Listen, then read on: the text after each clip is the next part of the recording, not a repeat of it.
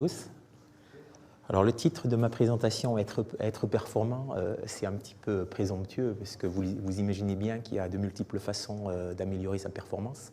Alors je vais me contenter de discuter tout ce qui a trait à la physiologie de l'exercice. Pour me présenter, je m'appelle Grégoire Millet, je suis professeur à l'Institut des sciences du sport ici à Lausanne et je suis donc physiologiste de l'exercice. Donc on pourrait envisager améliorer sa performance en améliorant sa récupération, en améliorant sa nutrition, et ainsi de suite. Il y a vraiment des vecteurs extrêmement divers pour ceci. Alors, la performance pour un physiologiste, la performance en endurance, elle est assez simple à décrire, en tout cas pour ce qui est du modèle traditionnel. Depuis une trentaine d'années, on peut, en connaissant la consommation maximale d'oxygène, la fameuse VO2 max d'un athlète, en connaissant aussi la fraction d'utilisation de cette VO2 max, c'est-à-dire en ayant des indications sur des intensités sous-maximales, et enfin en connaissant le rapport entre la puissance et la consommation d'oxygène, ce qu'on décrit par le rendement ou alors l'économie, qu'on va pouvoir décrire comme une quantité d'énergie par unité de distance.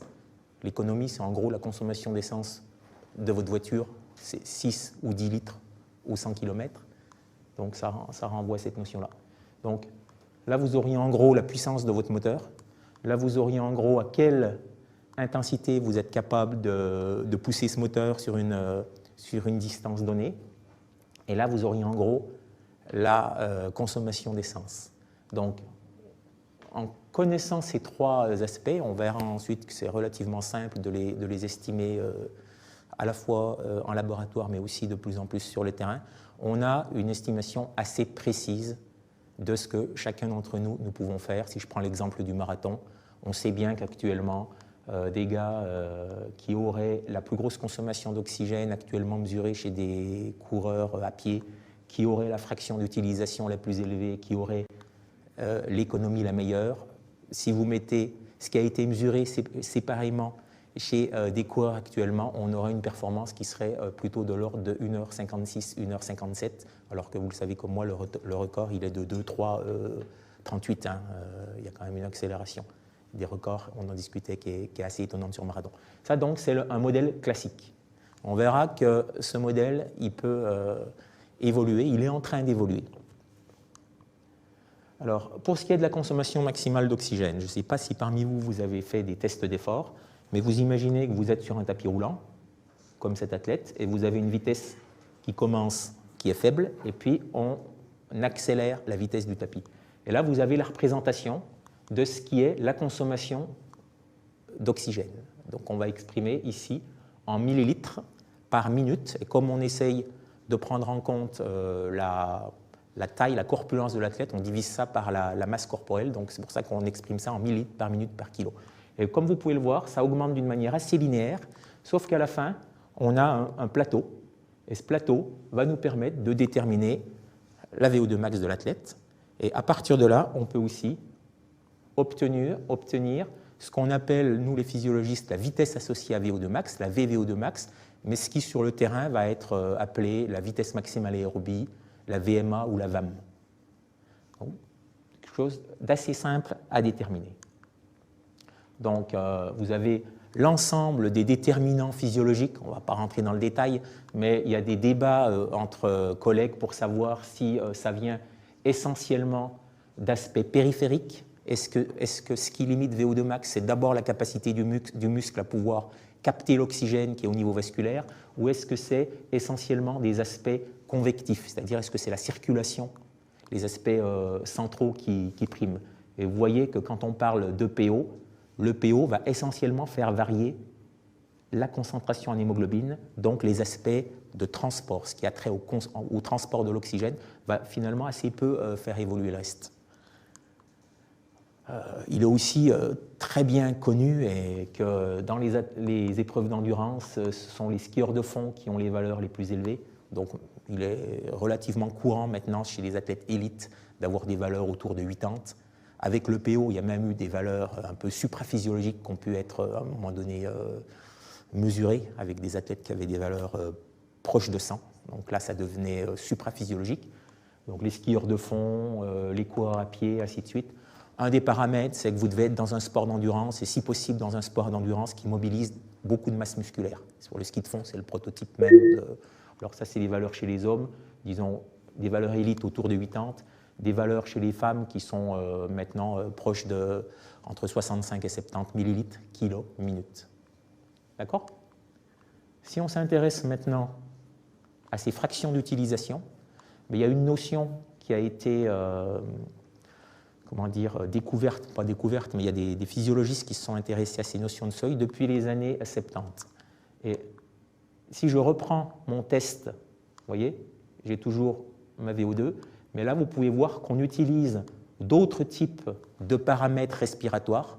Alors, sans rentrer dans le détail, vous voyez qu'à un moment donné, autant sur VO2, c'est linéaire jusqu'au plateau, autant sur ces autres paramètres qu'on va appeler l'équivalent respiratoire en O2 ou en CO2, on va pouvoir déterminer des ruptures de pente. Voilà, là, voilà. Donc, vous voyez, là, il y a une rupture de pente, donc ce qui correspondra à un premier seuil, et puis un deuxième seuil. Donc, je vous passe un petit peu notre cuisine. Et à partir de là, on va pouvoir, en ayant déterminé les intensités, les vitesses et les niveaux de VO2 qui correspondent à ces seuils, on va pouvoir déterminer des zones d'intensité qui serviront directement dans l'entraînement de la tête. Et donc, on peut déjà, à partir de là, individualiser l'entraînement en fonction de ces 4 zones d'intensité. Alors après, on peut les exprimer en pourcentage de VO2 max, on peut les exprimer en pourcentage de la fréquence cardiaque maximale. Si vous avez un power meter sur votre bicyclette, vous pouvez les exprimer directement en puissance, et ainsi de suite. Et donc, l'idée, c'est que l'on ait ces seuils le plus haut possible. C'est-à-dire un athlète qui va s'entraîner va décaler ces seuils vers la droite, c'est-à-dire qu'il aura ces ruptures qui vont se situer à des pourcentages de plus en plus élevés de VO2 max et de plus en plus élevés des vitesses ou des puissances associées à VO2 max. D'accord? Enfin, si on s'intéresse au rendement ou à l'économie, le cas de Paula Radcliffe, il est intéressant parce que Paula Radcliffe, a priori, c'est une athlète qui ne se dope pas et c'est toujours la record woman du monde du marathon, 2h15-25, ce qui est au moment où elle a fait cette performance, c'était la femme qui était la plus proche dans toutes les disciplines d'endurance du record homme. Donc c'est quelque chose d'exceptionnel. Et il se trouve que Andrew Jones, qui est un collègue britannique, a suivi Paula pendant une quinzaine d'années. Et en particulier, il a montré qu'entre 92 et 2003, à ce moment-là, en 92, elle valait 2h25 ou 2h26. Et en 2003, elle fait donc 2h15, ce qui veut dire une progression incroyable. Mais vous pouvez voir qu'il n'y a aucune modification de VO2 max. Elle est restée autour de 70. Bon, il y a des variations d'année en année, mais en gros, elle est restée autour de 70 millilitres kilo minute, ce qui sont des valeurs extrêmement élevées, mais on ne peut pas expliquer le fait qu'elle ait progressé par des variations de VO2 max. Par contre, la vitesse au seuil, vous voyez, là, on a progressé de 15 à 19 km/h. Donc 25% d'amélioration d'une vitesse. Alors sans rentrer dans le détail, le lactate, ça va nous permettre aussi de prendre en compte la difficulté, en gros, de la course à ces vitesses-là. Donc, elle a été capable de faire déplacer sa vitesse où il y avait une certaine stabilité métabolique à des vitesses beaucoup plus importantes. Et enfin, et c'est surtout ça qui est intéressant, vous avez l'économie, on appelle ça le coût énergétique, qu'on exprime en millilitres par kilo par kilomètre. Ce sont les 100 litres, ce sont les 6 litres d'essence pour 100 km.